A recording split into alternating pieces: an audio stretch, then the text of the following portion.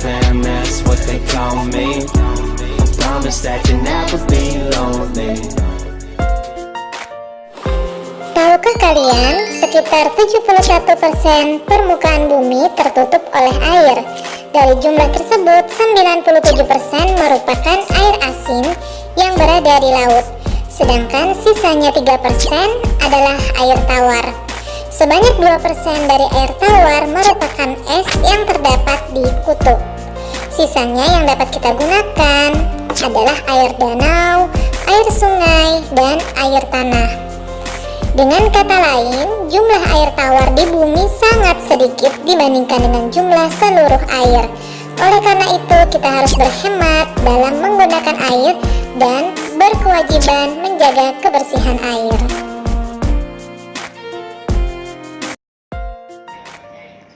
Assalamualaikum warahmatullahi wabarakatuh. Jumpa lagi dengan Ustazah Ika di sini, masih dalam belajar IPA. Karena IPA menyenangkan. Nah, bagaimana kabar kalian di rumah? Ya, semoga selalu dalam keadaan sehat dan tentunya tetap semangat ya, walaupun belajarnya masih di rumah. Oke anak-anak, tidak terasa hari ini kita sudah masuk di bab yang ke-7 di pertemuan yang pertama. Hari ini kita akan bahas tentang materi siklus air. Baik, sebelum kita mulai pelajaran hari ini, yuk kita baca doa dulu ya dengan membaca basmalah bersama-sama. Bismillahirrahmanirrahim. Dengan menyebut nama Allah yang Maha Pengasih lagi Maha Penyayang. Baik anak-anak, jangan lupa ya untuk selalu mematuhi protokol kesehatan dimanapun kalian berada.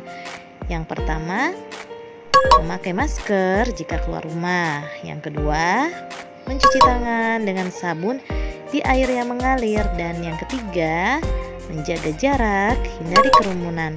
Dan tambahannya, menjaga imun dengan makan makanan bergizi dan olahraga secara teratur.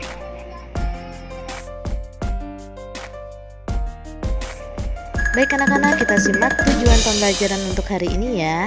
Yang pertama, kalian dapat menjelaskan proses siklus air dan kegiatan manusia yang dapat mempengaruhinya. Dan yang kedua, kalian menjelaskan dampak siklus air terhadap peristiwa di bumi serta kelangsungan makhluk hidup.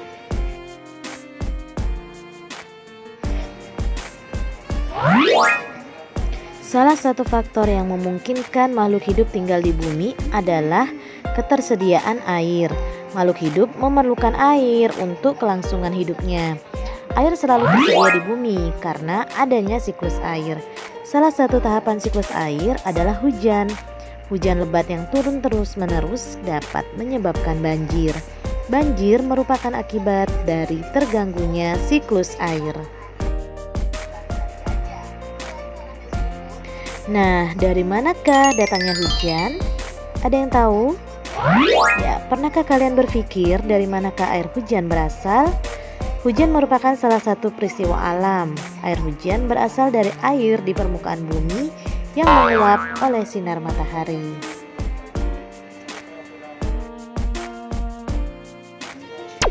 Nah, setiap hujan yang turun memiliki hikmah yang luar biasa. Apa sih hikmah dari turun hujan? Pada hakikatnya, hujan adalah rahmat dan karunia Allah Ta'ala. Bahkan hujan menjadi sangat istimewa karena di dalamnya terdapat berkah dan dikabulkannya doa. Ketika hujan turun, Rasulullah SAW mensyukurinya dan menjadikannya sebagai kesempatan terbaik memanjatkan doa. Sebagaimana hadis dari Sal bin Sa'ad bahwa beliau bersabda, ada dua doa yang tidak akan ditolak, yaitu doa ketika azan dan doa ketika turunnya hujan. Hadis riwayat Al-Hakim dan Al-Baihaqi. Semoga kita bisa memahami dan mengamalkannya dalam kehidupan sehari-hari ya.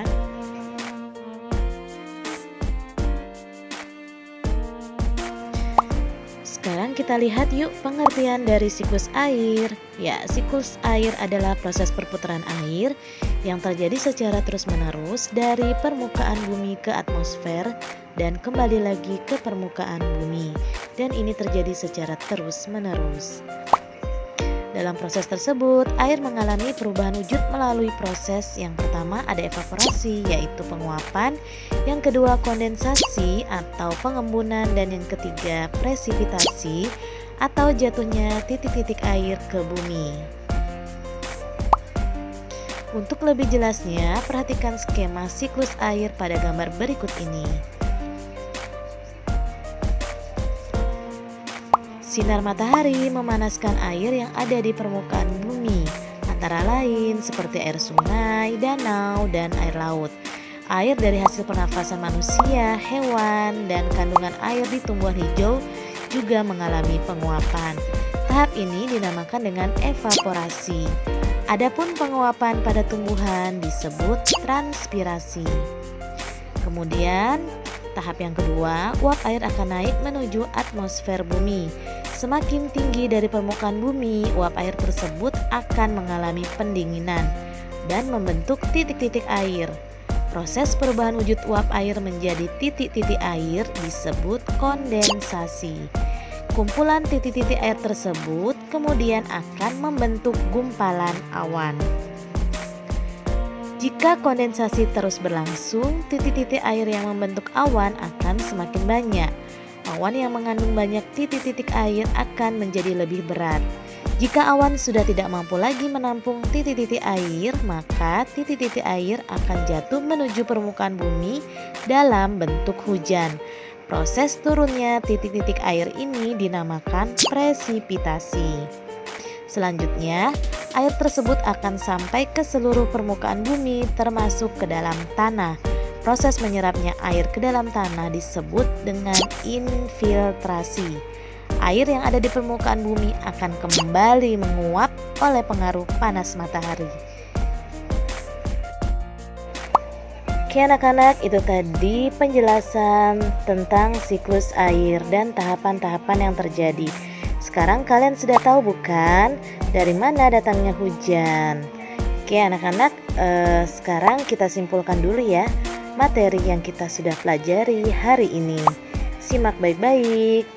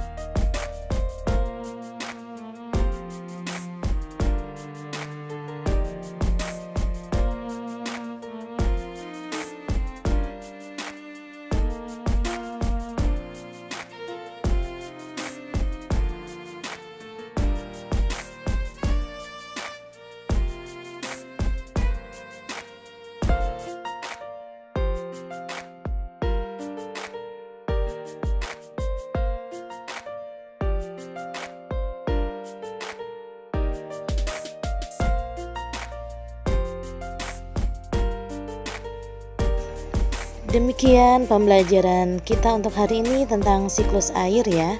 Kita akhiri dengan sama-sama membaca hamdalah bersama-sama. Alhamdulillahirabbil alamin. Kita jumpa lagi minggu depan dengan pembahasan yang berbeda. Ustazah pamit.